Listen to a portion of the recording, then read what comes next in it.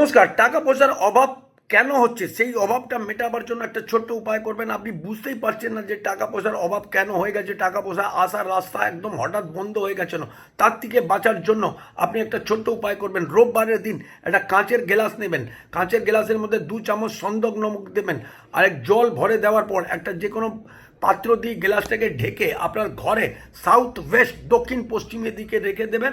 রেখে দেওয়ার পর আপনি আপনার পূর্বপুরুষদের জন্য একটা প্রার্থনা করবেন, ওনার আত্মার শান্তির জন্য। আর এটাও প্রার্থনা করবেন যে আপনার বাড়িতে সুখ সমৃদ্ধি শান্তি আসুক। এইটা বলে আপনি গ্লাসটা ওখানে রেখে দেবেন।